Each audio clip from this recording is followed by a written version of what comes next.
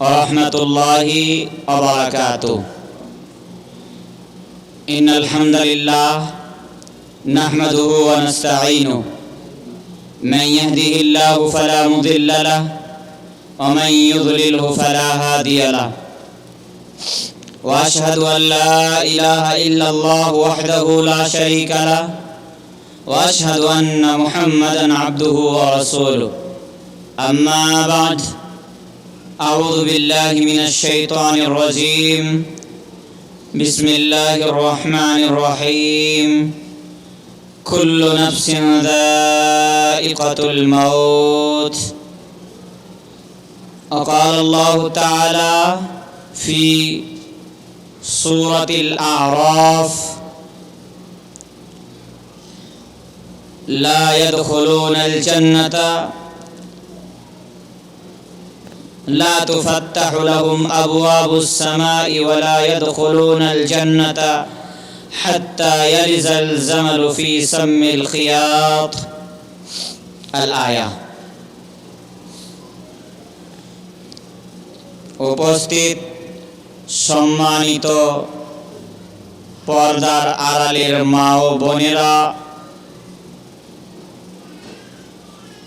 আমার সামনে বসে থাকা তালিম দাওয়া সেন্টারের ছাত্রবৃন্দরা, প্রশংসা সেই মহান আল্লাহ তাবারক ওয়া তাআলার জন্য, জিনার অশেষ দয়ায় অশেষ রহমতে আমরা মানুষ রূপে পৃথিবীতে এসেছি। দরুদ ও সালাম নাজিল হোক প্রিয় নবী মুহাম্মদুর রাসূলুল্লাহ সাল্লাল্লাহু আলাইহি ওয়াসাল্লামের উপর, জিনার আগমনে আমরা দ্বীন ইসলামকে পেয়েছি। সম্মানিত উপস্থিতি, আজ সাপ্তাহিক ইজতেমায় আলোচনার বিষয় মুমিন মানুষ এবং খারাপ মানুষের মওতের সময়ের অবস্থা। ভালো মানুষ এবং খারাপ মানুষের মওতের সময়ের অবস্থা, এই শিরোনামে এক গুরুত্বপূর্ণ তথ্যবহন সংক্ষিপ্ত বিবরণের চেষ্টা করব ইনশাআল্লাহ। আমা তাওফীকি ইল্লা বিল্লাহ, আলাইহি তাওয়াক্কালতু ওয়া ইলাইহি উনীব।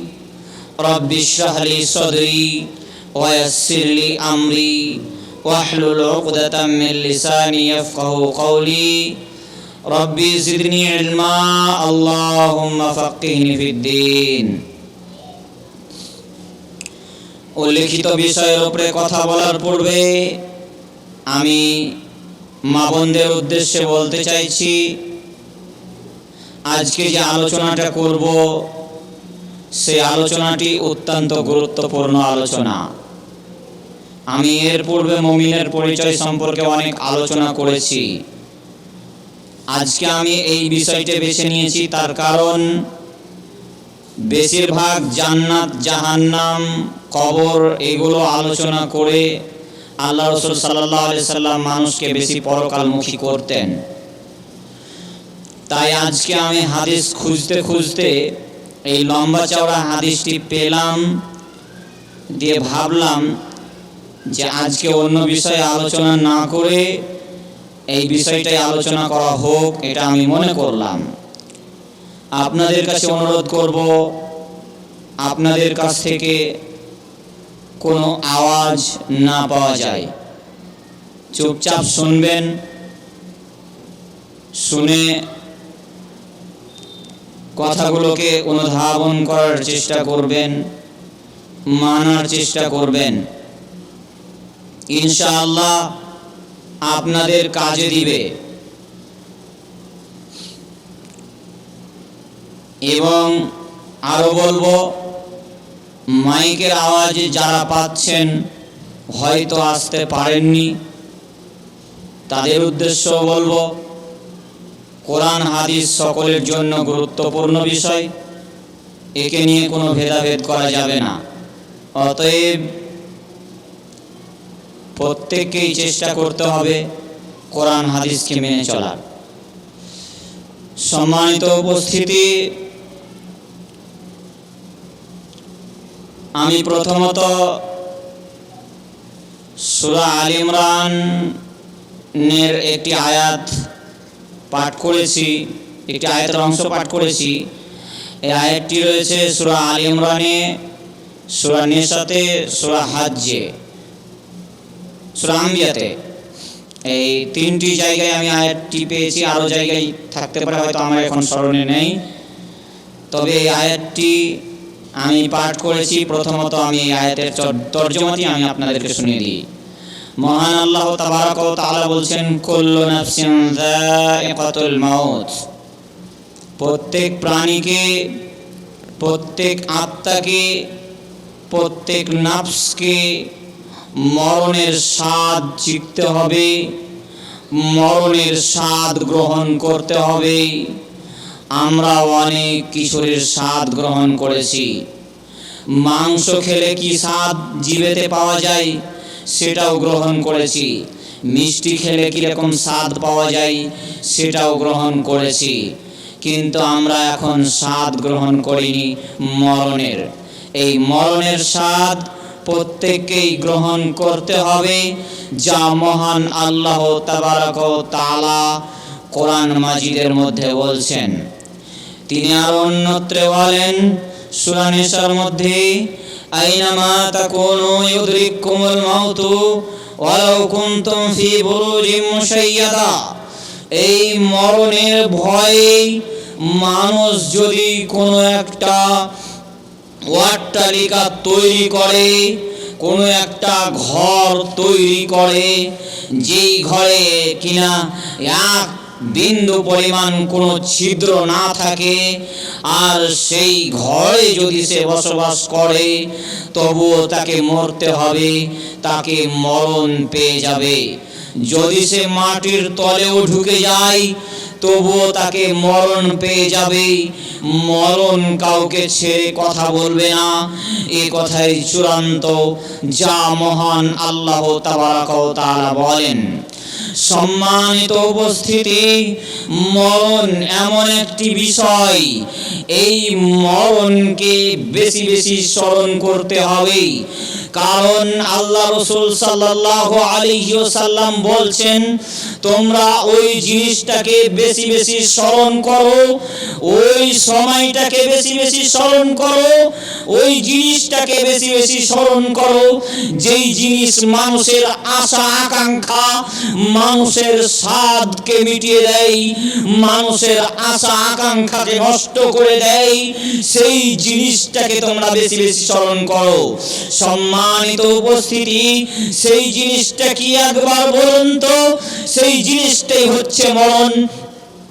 মানুষ অনেক কিছু আশা তৈরি করে রাখে, মানুষ অনেক কিছু আশায় থাকে, মানুষ আশায় থাকে, আমি গাড়ি করব, আমি বাড়ি করব, আমি অমুক করব, তমুক করব, আমি এরকম একটা ব্যবসা করব, আমি এইরকম একটা কোটিপতি হব।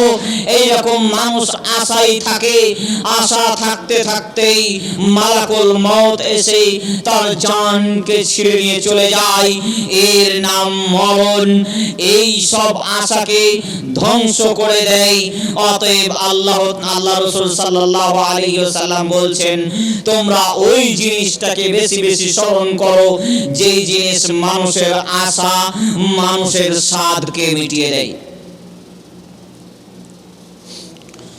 সম্মানিত উপস্থিতি, এবার আসুন আমরা মরণকে কিভাবে স্মরণ করব। আমরা তো রাত দিন অট্টহাসিতে দিন কাটাচ্ছি, ছেলে নিয়ে, মেয়ে নিয়ে, আব্বু আম্মু রাত দিন টিভির আড্ডায়, রাত দিন মোবাইলে ইন্টারনেটের আড্ডায় আমরা সময় কাটাচ্ছি। কই, আমরা তো একটুকু মরণকে স্মরণ করি না, আমরা তো একটুকু কিয়ামতকে ভুলে স্মরণ করি না। সম্মানিত উপস্থিতি, আমরা অনেক হাদিস শুনেছি যে কিয়ামতের দিন মাথার 1 মাইল উপরে সূর্য থাকবে। আজকে পৃথিবী থেকে কত কোটি কোটি মাইল উপরে সূর্য থাকা সত্ত্বেও আমরা কি একবারও স্মরণ করি না? সূর্যের তাপ সহ্য করতে না পেরেও আমরা কি একবারও স্মরণ করি না? আমরা অট্টহাসিতে দিন কাটাচ্ছি, আরো আমরা মজাক করে বলছি আরে আল্লাহর ভান্ডারে পানি কমে গেছে, ছেলে এখন দেয় না। নাউযুবিল্লাহি মিন যালিক। আমাদের একটুকু আল্লাহকে বলে ভয় হয় না। সম্মানিত উপস্থিতি, মনে রাখবেন যেই দিন মালাকুল মউত মাথার কাছে এসে বসে যাবে, যেই দিন মালাকুল মউত বলবে ওই খবিশ আত্মা তুমি বের হয়ে এসো, আল্লাহর গজবের জন্য তুমি বের হয়ে এসো, সেই দিন আমরা বুঝতে পারবো কেমন আল্লাহর ভান্ডার থেকে পানি কমে যাওয়া। আজকে কোনো মনে হয় না। আল্লাহ রাসূল সাল্লাল্লাহু আলাইহি সাল্লাম বলছেন আল্লাহর কসম, আমি যেমন আল্লাহ সম্পর্কে জানি, আমি যেমন জান্নাত জাহান্নাম সম্পর্কে জানি, তোমরা যদি জানতে তাহলে বেশি বেশি কাঁদতে আর কম কম হাসতে। আমরা তো জানি না, জানার প্রয়োজনও মনে করি না। আহা, সম্মানিত উপস্থিতি, মহান আল্লাহ তাবারক ওয়া তাআলা বলেন সূরা আরাফের মধ্যে লা তুফাত্তাহু লাহুম আবওয়াবুস সামাই ওয়া লা ইয়াদখুলুনাল জান্নাতা হাত্তা ইয়ালিজাল জামালু ফি সাম্মিল খিয়াত। তাদের জন্য কখনো আসমানের দরজা খোলা হবে না এবং তাদের জন্য কখনো তারা কখনো জান্নাতে প্রবেশ করবে না যতক্ষণ না সূচের ছিদ্র দিয়ে হাতি প্রবেশ না করে। সম্মানিত উপস্থিতি, সূচের ছিদ্র দিয়ে কথাটা ভালো করে বুঝবেন, কথাটা একটু ভালো করে বুঝবেন। সূচের ছিদ্র, সূচ মা বোনেরা যে সেলাই করে না, সেলাই, এই সূচের যে পিছন দিকে সুতা ভরার জন্য একটা ছিদ্র থাকে, ওই ছিদ্রটা কতটুকু? আল্লাহ রাসূল সাল্লাল্লাহু আলাইহি সাল্লাম বলছেন, আল্লাহ তাআলা বলছেন ওই সূচের ছিদ্র দিয়ে একটা হাতি পার হওয়া যেমন অসম্ভব। যারা আল্লাহকে বলে ভুলে গেছে, দুনিয়াতে আল্লাহকে বলে ভুলে আছে, মরণকে স্মরণ করছে না, মরণকে বলে ভুলে আছে, রাত দিন অট্টহাসিতে দিন কাটাচ্ছে, ঠিক তেমনি সুয়ের ছিদ্র দিয়ে যেমন হাতির মাথা পার হয়ে যাওয়া, হাতি পার হয়ে যাওয়া যেমন অসম্ভব, ঠিক তেমনি যারা মরণকে বলে ভুলে আছে, দুনিয়াতে আল্লাহ অট্টহাসিতে দিন কাটাচ্ছে, ঠিক তেমনি তাদের জান্নাতে প্রবেশ করা তেমনি অসম্ভব। সম্মানিত উপস্থিতি, আজ যদি আপনাদেরকে বলা হয় এই নামাজ পড়েছো কিনা, আপনারা বলবেন, হয়তো কেউ লজ্জাতে মিথ্যা কথা বলবেন, নামাজ পড়িনি, নামাজ পড়েছি। হয়তো কেউ সত্য কথাই বলে দেবেন, নামাজ পড়িনি, সময় পাইনি, এটা পাইনি। কিন্তু কেন? সে কোন সময় কোন কাজে আপনাকে মহান আল্লাহ তাবারক ওয়া তাআলা বলেন, মহান আল্লাহ তাবারক ওয়া তাআলা বলেন ইয়া আইয়ুহাল ইনসান, হে পৃথিবীর মানুষ, মা গররাকা বিরাব্বিকাল কারীম, এই পৃথিবীর মানুষ কোন জিনিসটা তোমার রবের ধোঁকায় ফেলে রেখেছে? দুনিয়ার কোন জিনিস তোমাকে তোমার রবের দিক থেকে মুখ ফিরিয়ে রেখেছে? দুনিয়ার কোন জিনিসটা তোমার রবের ধোঁকায় তোমাকে ফেলে রেখেছে? ইয়া আইয়ুহাল ইনসান, এই পৃথিবীর মানুষ, মা গররাকা বিরাব্বিকাল কারীম, কোন জিনিস তোমাকে তোমার রবের ধোঁকায় ফেলে রেখেছে? সত্যি আজকে আমরা দুনিয়ার মোহে পড়ে, দুনিয়ার ধোঁকায় পড়ে আমরা মরণকেও স্মরণ করছি না, আল্লাহকেও ভুলে গেছি, মরণকে কিভাবে স্মরণ করতে হয় সেটাও জানছি না। শুনুন, এই বিষয়ে আমি আপনাদেরকে একটা ছোট্ট করে গল্প শোনাই। গল্পটা হাদিসের নয়, তো উদাহরণস্বরূপ আমি আপনাদেরকে শোনাচ্ছি। দেখুন, এক দেশের বাদশা একটা দরবেশকে বলছে, একটা ফকির দরবেশকে বলছে, ভালো করে শুনবেন, একটা ফকির দরবেশকে বলছে, আচ্ছা আমি কি করলে ভালো হতে পারবো, আমি কি করলে জান্নাতে যেতে পারবো? তখন ওই ফকির দরবেশ বলছে, আপনি বেশি বেশি মরণকে স্মরণ করুন। তো বলে মরণকে স্মরণ করে কি আমি জান্নাতে যেতে পারবো? বলে হ্যাঁ। তো বলে বাদশা বলছে যদি আমি মরণকে স্মরণ করে ভালো না হতে পারি, জান্নাতে না যেতে পারি, তাহলে তোমাকে কিন্তু 1 বছর পর কারাদণ্ড দেব। আচ্ছা ঠিক আছে রাজামশাই, আপনি মরণকে স্মরণ করার পর আপনি যদি ভালো না হতে পারেন, পরিবর্তন না হতে পারেন, তাহলে ঠিকই আপনি আমাকে কারাদণ্ড দিবেন। কথা হয়ে গেল। এরপর রাজা কি করছে, যেমন ভাবে মানুষ সুবহানাল্লাহ, আলহামদুলিল্লাহ, আল্লাহু আকবার পাঠ করেন না, নামাজের শেষে তাসবিহ পড়েন না, এমনি সময় আল্লাহু আকবার এরকম বলেন না, সেরকম রাজা বলছে মরণকে স্মরণ, মরণকে স্মরণ, মরণকে স্মরণ। কথা কি বুঝতে পারছেন? ও মুখে উচ্চারণ করছে কিন্তু অন্তরে স্মরণ করে না, মুখে উচ্চারণ করছে মরণকে স্মরণ, মরণকে স্মরণ। এরপর 1 বছর কেটে গেল, রাজার কোনো পরিবর্তন এলো না।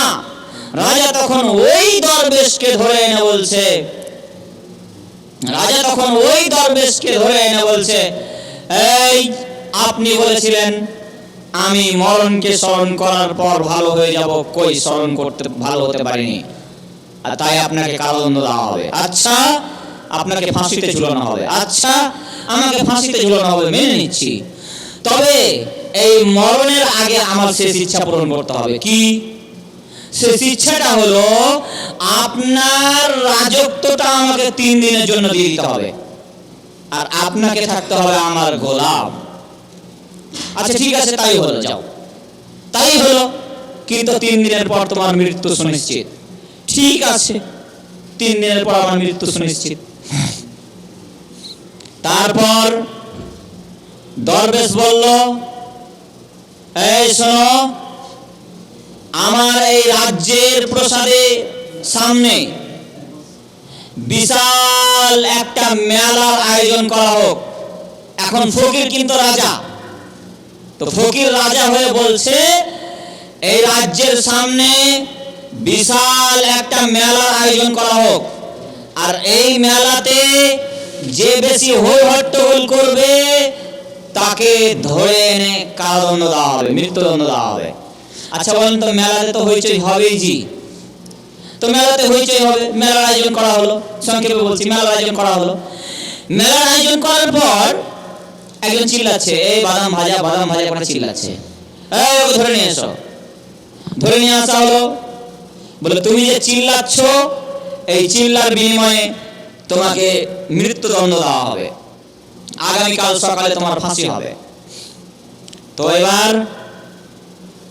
যে গোলাম, দরবেশের গোলাম, যে আগে রাজা ছিল, তাকে বলছে তুমি তো আমার গোলাম, তো তোমাকে আমার কথা শুনতে হবে। কি? ওই বাদামওয়ালাকে ঘরে ভরে দিল আর বলল একটা সুন্দরী মেয়ে যেখান থেকে পাও তুমি নিয়ে এসো। নিয়ে আসা হলো, আর বলা হলো তোমাকে যেমন করেই হোক একে ভুলাতেই হবে। ঠিক আছে, অনেক ভালো ভালো খাবার তার সামনে রেখে দেওয়া হলো, আর সুন্দরী নারীর আর তাকে এক ঘরে ভরে দেওয়া হলো। আর যে আগে রাজা ছিল তাকে বললো, এই তুমি বসো, এখানে জানলা দিয়ে ওদের কীর্তি দেখো। সারা রাত মহিলাটি সেই তাকে নিজের দিকে আকৃষ্ট করার চেষ্টা করছে, এত রকম ভাবে নিজের দিকে আকৃষ্ট করার চেষ্টা করছে, কিন্তু সে আকৃষ্ট হচ্ছে না, তার কথাই কোনো ধ্যান দিচ্ছে না। সে মুসমুসা হয়ে বসে আছে, তার কথাই কোনো ধ্যান দিচ্ছে না। তার সামনে এত ভালো ভালো খাবার, কিন্তু সে খাচ্ছে না। এই কীর্তি দেখতে দেখতে সকাল ঘনিয়ে এলো। তারপর জিজ্ঞাসা করা হলো, বলো কি দেখলে? তখন বললো আমি এই দৃশ্য দেখলাম। এই মহিলাটি তাকে কখন তার নিজের দিকে আকৃষ্ট করতে পারেনি, এত ভালো ভালো খাবার তাকে খেতে দেখতে পাইনি, তাকে সবসময় চিন্তা মুক্ত হয়ে থাকতে দেখেছি। এবার জিজ্ঞাসা করা হলো বাদামওয়ালাকে, বলো তো তুমি কেন এত ভালো ভালো খাবার থাকা সত্ত্বেও তুমি তো মারা যাবে, আজ সকালে তো তোমার মৃত্যুদণ্ড দেওয়া হবে, তো তুমি এত ভালো ভালো খাবার থাকা সত্ত্বেও তুমি কেন খেলে না? এই মহিলাটিকে যে তোমাকে দেওয়া হয়েছিল আনন্দ উপভোগ করার জন্য, কিন্তু কেন করলে না? তখন ফকির বলছে, বাদামওয়ালা বলছে, হকারটি বলছে, শুনেন আমি আমি যদি দুনিয়া থেকে চলেই যাব তো আমার কিসের আনন্দ? আমার আনন্দই কিসের? আমি দুনিয়া থেকে চলে যাব, তা আমার আনন্দ কিসের? তখন ওই রাজাকে বলল, এই হতভাগা, দেখ, মৃত্যুদণ্ড তো আমাকে দিতে চাইছিলি, তুই কিভাবে 1 বছরে মরণকে স্মরণ করলি যে তুই পরিবর্তন হতে পারলি না, আর সামান্য একজন হকার একদিনে মরণকে স্মরণ করে সে পরিবর্তন হয়েছে। সম্মানিত উপস্থিতি, এই হলো মরণকে স্মরণ করা। আমাদেরকে বেশি বেশি মরণকে স্মরণ করতে হবে, মরণের খেয়াল আমাদের মাথায় রাখতে হবে। তাই আসুন, আমি যেই লম্বা হাদিসটি আমি নোট করে নিয়ে এসেছি সেই হাদিসটি আমি আপনাদেরকে শোনাই। বারা ইবনে আযিব রাদিয়াল্লাহু তাআলা আনহু বলেন, একদা আমরা এক জনৈক আনসারী ব্যক্তির জানাজায় উপস্থিত হলাম। সেই সময় দেখলাম কবর এখনো খনন করা হয়নি, কবর খননের কাজ চলছে। আমরা সেই মুহূর্তে জানাজায় উপস্থিত হলাম আল্লাহ রাসূল সাল্লাল্লাহু আলাইহি ওয়াসাল্লামের সাথে। আল্লাহ রাসূল সাল্লাল্লাহু আলাইহি ওয়াসাল্লাম বসে গেলেন, আমরাও তার চারিপাশে বসে গেলাম। আল্লাহ রাসূল সাল্লাল্লাহু আলাইহি ওয়াসাল্লাম একটি লকড়ি নিয়ে মাটিতে ঠুকছেন একটি লকড়ি নিয়ে, আর মাটি খুঁড়ে খুঁড়ে উঠাচ্ছেন। মানে কোনো এক ব্যক্তি যখন চিন্তামুক্ত অবস্থায় এক জায়গায় বসে থাকে, তখন যদি তার হাতে কিছু থাকে সেটাকে এরকম এরকম এরকম করতেই থাকে, এরকম খুঁড়তেই থাকে। সেই রকম আল্লাহ রাসূল সাল্লাল্লাহু আলাইহি ওয়াসাল্লাম মাটিতে সেই লকড়িটিকে আঘাত করছেন আর মাটি খুঁড়তে থাকছেন। এমন সময় ইতিপূর্বে আল্লাহ রাসূল সাল্লাল্লাহু আলাইহি ওয়াসাল্লাম মাথা উঁচু করে 2 বার থেকে 3 বার বললেন, তোমরা কবর থেকে আল্লাহর নিকট পানা চাও, তোমরা কবর থেকে আল্লাহর নিকট পানা চাও, তোমরা কবর থেকে, কবরের শাস্তি থেকে আল্লাহর নিকট আশ্রয় প্রার্থনা করো। কারণ তার একটি হাদিস আমার মনে পড়লো, বলে দিই। আল্লাহ রাসূল সাল্লাল্লাহু কেন কবর থেকে আশ্রয় প্রার্থনা করব, আগে এটি বলে এই হাদিসটি বলে দিই, তারপরে শেষের হাদিস বলবো। কারণ তোমরা আল্লাহর নিকটে কবরের আযাব থেকে পানা চাও, পরিত্রাণ চাও। কারণ যখন কোনো ভালো ব্যক্তি, কোনো আল্লাহর কোনো মুমিন বান্দার মরণ, দুনিয়া থেকে চলে যাওয়ার সময় ঘনিয়ে আসে, দুনিয়া থেকে চলে যাওয়ার সময় আখিরাতে পদার্পণ করার যখন সময় আসে, তখন তার পাশে সুন্দর পোশাক পরিধানকারী একদল ফেরেশতা আসেন। সুন্দর পোশাক পরে, সুন্দর চেহারা নিয়ে একদল ফেরেশতা আসেন। তাদের হাতে থাকে জান্নাতি এক ধরনের সুঘ্রাণযুক্ত কাপড়, কাফনের মতো সাদা কাপড়, সুঘ্রাণযুক্ত। সেই সুঘ্রাণ দুনিয়ার যতগুলো সুঘ্রাণ রয়েছে তার চাইতে উত্তম। এই সময় বসে তার সেই সেই ব্যক্তির চোখের দৃষ্টি পর্যন্ত তারা বসে যায়।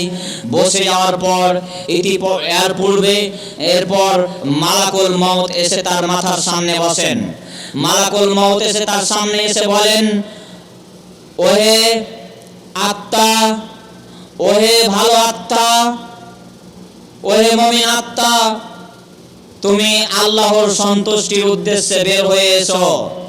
তখন সেই আত্মা বের হয়, কলসি থেকে যেমন পানি বের হয়, কলসি থেকে পানি বের করা যেমন আসান, কলসি উল্টিয়ে দিলে যেমন পানি গড়গড় করে পড়ে যায়, সেই রকম ভাবে মুমিন ব্যক্তির আত্মা, মুমিন ব্যক্তির রূহ বের হয়ে যায়। তখন মালাকুল মউত সেটিকে হাতে না রেখে সাথে সাথে সেই সাদা কাপড়ে, সুঘ্রাণযুক্ত কাপড়ে তাকে মুড়ে দেয়। মুড়ে তাকে ওপরে নিয়ে যেতে থাকে। ওপরে নিয়ে যেতে যত ফেরেশতাদের দলের সামনে দিয়ে যায়, সব ফেরেশতারা বলে, এই পবিত্র রূহটি কার গো? এই পবিত্র রুটি কার? তখন তাকে খুব সুন্দর নামে ডাকা হয়, অমুকের ছেলে অমুক, খুব সুন্দর নামে ডাকা হয়। আর আসমানের দরজায় নক করা হয়, আসমানের দরজায় ঠোকা মারা হয়, তখন আসমানের দরজা সম্ভব খুলে দেওয়া হয়। আর প্রতিটা আসমানের ফেরেশতারা তাকে স্বাগত জানাতে জানাতে, সম্বর্ধনা জানাতে জানাতে, তার শান্তি কামনা করতে করতে তাকে সাত আসমানে পৌঁছে দেন। সাত আসমানে পৌঁছে দিয়ে সেখানে মহান আল্লাহ তাবারক ওয়া তাআলা বলেন যে আমার এই বান্দার আমলনামাটা তোমরা ইল্লিয়িনে লিখো এবং তাকে জমিনে পৌঁছে দাও। জমিনে তার পৌঁছে দেওয়া হয় এবং তাকে জিন্দা করা হয়। তার মানে তাকে কবরের মধ্যে থেকে উঠিয়ে বসানো হয়। আর এরপর দুইজন ফেরেশতা আসে সুন্দর হয়ে, দুইজন ফেরেশতা আসে সুন্দর পোশাক পরে, একদম সুন্দর চেহারা নিয়ে দুইজন ফেরেশতা আসে। ওই দুইজন ফেরেশতা বলে, তাকে উঠিয়ে বসে বলে মান রব্বুকা, তোমার প্রভুকে? সে বলে ফায়াকুল রব্বি আল্লাহ, আমার রব আল্লাহ। এরপর বলে মা দীনুকা, তোমার দিন কি? তখন বলে ফায়াকুল দীনি আল ইসলাম, আমার দিন হচ্ছে ইসলাম। তখন বলে ফায়াকুল লাহু মা হাযা রাজুলুল্লাযী বাইসা ফীকুম, এই ব্যক্তি যাকে তোমাদের নিকট পাঠানো হয়েছিল সেই ব্যক্তিকে তোমরা চিনতে পারছো? সেই ব্যক্তি কে? তখন সে বলে ফায়াকুলু ইয়া রাসূলুল্লাহ সাল্লাল্লাহু আলাইহি ওয়াসাল্লাম, হ্যাঁ ইনি হচ্ছেন আল্লাহ রাসূল সাল্লাল্লাহু আলাইহি ওয়াসাল্লাম। এরপরে ফেরেশতারা তাকে বলে তুমি কি করে জানলে যে তোমার রব আল্লাহ, তোমার দ্বীন ইসলাম, এটা তোমার তোমার নবী, এটা আল্লাহর রাসূল, তুমি কি করে জানলে? সেই ব্যক্তি বলে ফায়াকুলু আমানতু বিল্লাহি ওয়া সাদ্দাকতু, ফায়াকুলু কারাতু কিতাবাল্লাহ, আমি আল্লাহর কিতাব পড়েছি, আমি তাকে সত্য মেনেছি এবং তার প্রতি বিশ্বাস রেখেছি। সম্মানিত উপস্থিতি, এখানে তিনটা কথা লুকানো আছে। যখন ফেরেশতারা তাকে বলে তুমি কি করে জানলে, তখন বলে আমানতু বিল্লাহি ওয়া সাদ্দাকতু, আমি ঈমান এনেছি এবং সত্য জেনেছি। ঈমান আনার সাথে সাথে সত্য মনে করা লাগে। কই ঈমান তো ঠিকই আছে, সবাই তো জানেন যে মরতে হবে, কিন্তু মরণকে বলে কই ভয় করেছেন? কই রাত দিন তো অট্ট হাসিতে দিন কাটাচ্ছেন। আজকে ইজতেমায় বসে আছেন, আপনার মরণকে বলে কোনো চিন্তা হয় না। ইজতেমায় বসে আছেন অথচ মরণকে বলে কোনো চিন্তা হয় না। কেন? আমানতু বিল্লাহি ওয়া সাদ্দাকতু, আমি ঈমান এনেছি এবং সত্য জেনেছি এবং ঈমান এনেছি এবং আল্লাহর কিতাব পড়েছি। তারপর এলান করা হয়, আকাশ থেকে এলান করা হয় যে এই বান্দা সত্য, এই বান্দা সত্য বলেছে, অতএব তার জন্য তাকে জান্নাতের পোশাক পরিয়ে দাও, তার জন্য জান্নাতের বিছানা বিছিয়ে দাও, আর তার দিকে জান্নাতের একটি দরজা খুলে দাও, যাতে করে তার কবরে সুশীতল বাতাস পৌঁছাতে থাকে।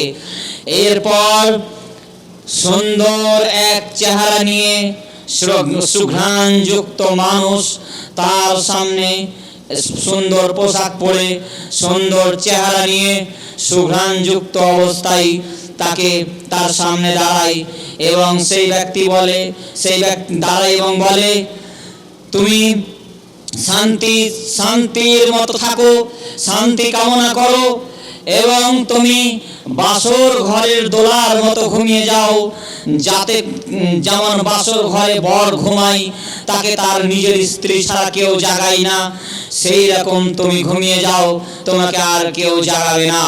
তখন সেই মৃত ব্যক্তি বলে তুমি কে যে তোমার চেহারা শুধু কল্যাণে ভরপুর রয়েছে? তখন সে বলে আমি তোমার নেক আমল, এরপর রাসূলুল্লাহ সাল্লাল্লাহু আলাইহি ওয়াসাল্লাম বলছেন, যখন কোনো পাপিষ্ঠকে, যখন কোনো শয়তান দাগাবাজকে, যখন মিথ্যাবাদকে, যখন কোনো চুগলখোরকে, যখন কোনো পাপিষ্ঠকে যখন মরণের সময় কাছে আসে, তখন তার সামনে এক ধরনের কালো কুৎসিত ভয়ঙ্কর চেহারা নিয়ে ফেরেশতাগণ আসেন। আর তাদের হাতে থাকে মোটা চট জাতীয় কাপড়, আর সেই কাপড় থেকে দুর্গন্ধ বের হতে থাকে।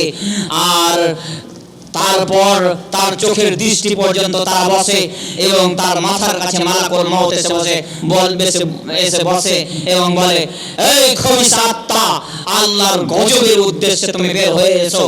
তখন রূহ সারা শরীরে ছড়িয়ে পড়ে, তখন রূহ আর বের হতে চায় না, তখন তাকে টেনে হেঁচড়ে বের করা হয়। বলা হয়েছে এখানে ভিজা উল থেকে, যেমন একটা উলকে লাপটিয়ে দেওয়ার পরে, উলটাকে ভিজিয়ে দেওয়ার পর যেমন ভাবে শিক থেকে টেনে বের করতে যেমন কষ্ট হয়, সেই রকম ভাবে ভিজা উলের মতো, ভিজা উল থেকে যেমন শিক টেনে বের করতে কষ্ট হয়, সেই রকম ভাবে ভিজা উলের মতো তাকে টেনে হেঁচড়ে বের করা হয়। সম্মানিত উপস্থিতি, এরপরে তাকে ওই চটযুক্ত দুর্গন্ধযুক্ত কাপড়ে রেখে দেওয়া হয়, তাকে নিয়ে যাওয়া হয় যত দূর পর্যন্ত পৌঁছাই, যতবার ফেরেশতাদের সামনে যাই, বলে, এই খবিস আত্মা কার এই খবিস আত্মা? তখন ফেরেশতারা বলে, ওই যে সব থেকে খারাপ নামে ডাকে, আর বলে, ওই যে অমুকের ছেলে অমুক, সব থেকে খারাপ নামে ডাকে, আর বলে, এই যে অমুকের ছেলে অমুক। তারপর আসমানের দরজায় নক করা হয়, আসমানের দরজা তার জন্য খোলা হয় না, আসমানের দরজা তার জন্য খোলা হয় না, তার জন্য আসমানের দরজা খোলা হয় না। এবং তাকে আল্লাহ বলে, এই খবিসের তোমরা আমল নামাকে সব দুনিয়ার সবচাইতে নিম্ন স্তরে সিজ্জিনে লিখো এবং তাকে ছড়িয়ে দাও। এবং তাকে সিজ্জিনে লেখা হয় এবং তাকে আবার জীবিত করে তাকে উঠিয়ে বসানো হয় এবং ভয়ঙ্কর আকারে দুইজন ফেরেশতা আসে, একদম কালো কুৎসিত হয়ে দুইজন ফেরেশতা আসে, এসে বলে, মান রব্বুকা, তোমার রব কে? তখন সে বলে, ফায়াকুলু হাল আদরি, হায় আফসোস, আমি কিছুই জানি না, আমার রবকে আমি জানি না। এরপর বলে, মা দিনুকা, তোমার দিন কি? ফায়াকুলু হাল আদরি, হায় আফসোস, আমি কিছুই জানি না, আমার দিন কি ছিল, আমি কিছুই জানি না। ফায়াকুলু ইয়া রাসূলুল্লাহ, তারপরে রাসূলুল্লাহ সাল্লাল্লাহু আলাইহি ওয়াসাল্লামকে তাকে দেখানো হয়, এই ব্যক্তিকে তোমাদের মাঝে পাঠানো হয়েছিল, এটা কে? তখন বলে, ফায়াকুলু হাল আদরি, আমি জানি না। তবে লোকে বলতো আমি জানি না। এই যে এখন যেমন আমি বলছি আপনাদেরকে যে নামাজ পড়তে হবে, না হলে জাহান্নামে যাবেন, নামাজের দিকে কোনো খেয়াল নেই। নামাজ পড়েছে গো? না, পড়ায়নি। সেরকম বলবেন কবরে গিয়ে ওটাই বলবেন, ওই যে বলতো ইস্তেমাতে শুনেছি যে এটা রাসূল, কিন্তু আমি জানি না। তখন কি হবে? তখন আসমান থেকে এলান করা হবে, আর বলা হবে, এই মিথ্যাবাদী, এই মিথ্যা বলছে, একে তোমরা জাহান্নামের পোশাক পরিয়ে দাও আর এর কবরকে ছোট করে দাও। আর ওইদিকে একটা কথা ছুটে গেছে যে যখন তাকে জান্নাতের পোশাক পরা হবে ভালো লোকটাকে, তখন তার কবরকে প্রশস্ত করা হবে, যে যতদূর তার চোখের নজর গিয়ে পড়বে ততদূর পর্যন্ত তার কবরকে প্রশস্ত করে দেওয়া হয়। আর এই জাহান্নামী ব্যক্তি যখন উত্তর পারবে না, তখন বলবে, মিথ্যা বলেছে, এই জানার চেষ্টা করেনি, এই জানতে পারতো এর বাড়ির পাশে ইজতেমা হয়েছিল, সবকিছু জানতে পারতো, কিন্তু ইজতেমাতে আসেনি, এই জানতে পারতো, জানার চেষ্টা করেনি, মিথ্যা বলেছে। একে তোমরা জাহান্নামের পোশাক পরিয়ে দাও আর জাহান্নামের দরজা খুলে দাও তার সামনের দিকে, যাতে করে সবসময় জাহান্নামের আগুনের তাপ সে সহ্য করতে থাকে। আর তারপর তার কবরে জান্নাতের বিছানা জাহান্নামের বিছানা বিছিয়ে দাও এবং তার কবরকে ছোট করে দেওয়া হবে, এমন ছোট করে দেওয়া হবে যে এই যে বাম দিকের যে হাড়, বাম দিকের পাঁজরের হাড় ডান দিকে চলে যাবে, এমন ভাবে তার কবরকে ছোট করে দেওয়া হবে। তার সাথে একজন ভয়ঙ্কর কালো কুৎসিত একটা লোক আসবে, দুর্গন্ধযুক্ত একটা লোক আসবে আর বলবে, ওই যে সেই দিনের ওয়াদা তোমাকে করা হয়েছিল, সেই দিনের কষ্ট এখন ভোগ করো, সেই দিন তো শুনোনি, সেই দিন তোমার বাড়ির পাশে ইজতেমা হয়েছিল, তুমি তো শুনোনি, এই যে এখন ভোগ করো, এখন কেমন লাগছে? বলে, তুমি কে গো? তোমাকে দেখে তো সবসময় খালি অকল্যাণী লাগছে, মনে হচ্ছে তোমাকে দেখে খারাপ লাগছে, তোমাকে ভালো লাগে না, তুমি কে? আমি তোমার খবিস আমল, আমি তোমার খবিস আমল। দুনিয়াতে যে আমলগুলো করেছিলে, আল্লাহকে ভুলেছিলে না, ওই যে রাত দিন টিভিতে মত্ত ছিলে না, ওই যে রাত দিন তোমার ছেলে মেয়েকে মোবাইল দিয়ে খেলাচ্ছিলে না, আমি সেই আমল। সম্মানিত উপস্থিতি, এরপর সে বলবে, হে আল্লাহ, কিয়ামত যেন কোনোদিন না হয়, কিয়ামত যেন কোনোদিন না হয়। আর জান্নাতি ব্যক্তিকে যখন জান্নাতে দিবে, যখন বলবে আমি তোমার ভালো আমল, নেক আমল, তখন সে বলবে, হে আমার রব, কিয়ামত তাড়াতাড়ি তুমি কায়েম করো, যাতে আমি দুনিয়াতে তাড়াতাড়ি আমার পরিবারের সাথে দেখা করতে পারি। আর এই ব্যক্তি বলবে, হে আমার রব, কিয়ামত যেন কোনোদিন না হয়। আল্লাহু আকবার। সম্মানিত উপস্থিতি, আর কয়েকটি কথা বলে আমি, সময় অনেক পার হয়ে গেছে, আর দু একটা হাদিসের ইঙ্গিত দিয়ে আমি আমার বক্তব্য শেষ করব। সম্মানিত উপস্থিতি, রাসূলুল্লাহ সাল্লাল্লাহু আলাইহি ওয়াসাল্লাম বলছেন, আল কবর আউয়াল মানজিল মিন মানাজিল আখিরা, কবর হচ্ছে মানুষের প্রথম মঞ্জিল। এই কবরে যে ব্যক্তি বেঁচে যাবে, তার সব জায়গায় সহজ হয়ে যাবে। যে ব্যক্তি কবরে বাঁচতে পারবে না, যে ব্যক্তি কবরে বিপদে পড়ে যাবে, সে সব জায়গায় বিপদে পড়ে যাবে। ওই জন্য কবর হচ্ছে সবচাইতে ভয়ঙ্কর। তাই উসমান রাদিয়াল্লাহু তাআলা আনহু কবরকে দেখে বেশি বেশি কাঁদতেন। তখন উসমান রাদিয়াল্লাহু তাআলা আনহুকে একদা জিজ্ঞাসা করা হয়েছিল যে, আপনি এত আপনার সামনে জাহান্নামের আলোচনা করা হয়, জান্নাতের আলোচনা করা হয়, জাহান্নামের এত ভয়ঙ্কর আলোচনা করা হয়, তখন আপনি কানেন না, আবার ফের কবরকে দেখে কবরের সামনে দিয়ে যখন হাঁটেন তখন কানেন কেন? তখন উসমান রাদিয়াল্লাহু তাআলা আনহু বলেছিল, আমি এই জন্য কান্না করি কবর দেখে, এই কবরে যদি আমি বেঁচে যেতে পারি তাহলে আমি সব জায়গাতে পরিত্রাণ পেয়ে যাব, আর যদি কবরে না বাঁচতে পারি সব জায়গা আমার জন্য বিপজ্জনক হয়ে যাবে, আমি কোন জায়গাতে বাঁচতে পারবো না। সম্মানিত উপস্থিতি, আজকে বেশি বেশি মরণকে বলে স্মরণ করুন, আল্লাহকে বেশি বেশি ডাকতে শিখুন, বেশি বেশি কবরের শাস্তি থেকে পরিত্রাণ চান, বেশি বেশি নামাজ পড়ুন, নামাজের মাধ্যমে কবরের শাস্তি থেকে পরিত্রাণ চান। শেষের বেলায় আল্লাহর কাছে দোয়া করি, প্রতিপালক তুমি বড় দয়াবান, তুমি বড় রহমান, তুমি বড় ক্ষমাবান। আল্লাহ, তুমি আমাদের যে প্রথম স্তর কবর, সেই কবর থেকে তুমি আমাদেরকে পরিত্রাণ দিও, সেই কবরের শাস্তি থেকে তুমি আমাদেরকে পরিত্রাণ দিও। আল্লাহুম্মা আমিন। প্রতিপালক, তুমি আমাদেরকে এমন নেক কাজ করার তৌফিক দাও, যেই নেক কাজ করলে কবরে আমরা শান্তিতে থাকতে পারবো, সেই নেক কাজ করার তুমি আমাদেরকে তৌফিক দাও। আল্লাহুম্মা আমিন। আল্লাহ, তুমি আমাদেরকে কবরের শাস্তি থেকে বাঁচাও। আল্লাহুম্মা আমিন। এই দাবি, এই দোয়া তোমার দরবারে রেখে আজকের সংক্ষিপ্ত ইজতেমা শেষ করলাম। ওমা আলাইনা ইল্লাল বালাগ। আসসালামু আলাইকুম ওয়া রাহমাতুল্লাহি ওয়া বারাকাতুহু।